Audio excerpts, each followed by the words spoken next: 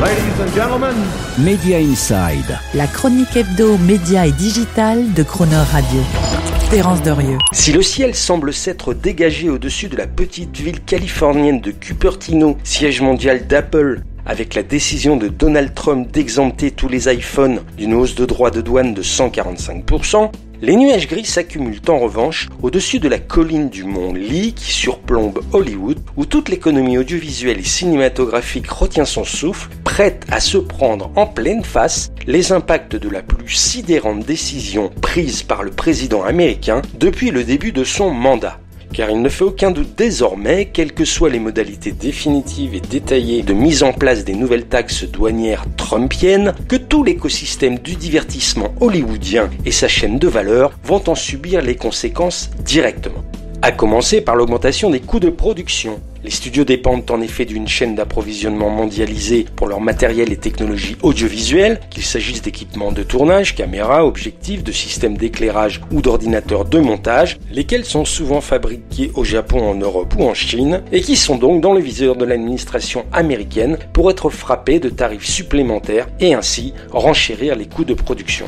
Cela concerne aussi toutes les matières premières et intrants de production comme l'acier, l'aluminium ou les textiles utilisés pour construire décors, structures de tournage ou autres matériels ou équipements scéniques dans la production de films ou séries ou dans la construction de parcs à thème ou même de navires de croisière appartenant aux grands studios. Bob Iger lui-même, patron de Disney, s'inquiétant ainsi pour le coût de construction en cours des 2 prochains navires de sa compagnie Disney Cruise Line.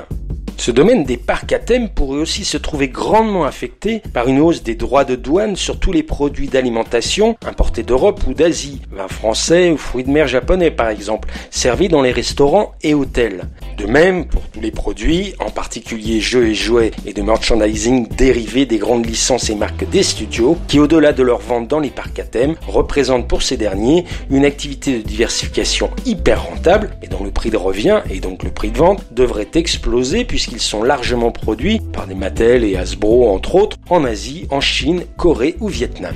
D'autres revers de fortune risquent aussi d'affecter les grands opérateurs hollywoodiens, en particulier les plateformes de streaming des grands studios, comme Disney+, Max, Peacock, etc., ainsi que Netflix, très lié au contenu hollywoodien. En effet, au-delà de subir une hausse de tarifs sur les équipements électroniques qui impacterait le coût des dispositifs de streaming, télévision, décodeurs, consoles, et pourrait freiner l'adoption ou augmenter le prix pour les clients, les grands streamers pourraient voir leur marge sur abonnement grévée par les décisions des gouvernements étrangers de taxer davantage les services numériques américains en représailles. En Europe, par exemple, toute surtaxe sur le chiffre d'affaires numérique réduirait d'autant la rentabilité des abonnés européens pour par exemple Netflix ou Disney+.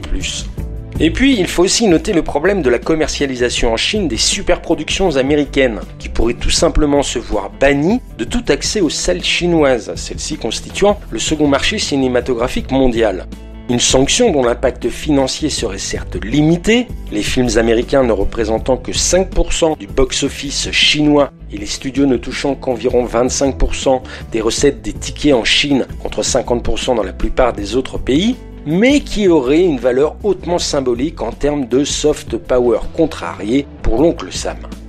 D'autres effets collatéraux liés à la hausse des tarifs américains seraient largement susceptibles d'affecter la profitabilité de l'écosystème audiovisuel et cinématographique d'outre-Atlantique. Citons pêle-mêle la baisse du dollar qui renchérirait les coûts de production pour tous les produits importés, mais permettrait en même temps aux studios d'encaisser plus de dollars sur leur vente de tickets de cinéma en Europe par exemple. Citons aussi le droit de douane additionnel de 20% sur les produits européens prévus par Bruxelles en représailles, qui en incluant les biens culturels et audiovisuels pourrait augmenter in fine le coût d'acquisition pour les services de streaming américains de séries et de films européens, catégorie de programmes éditorialement incontournable désormais dans n'importe quelle offre de streaming.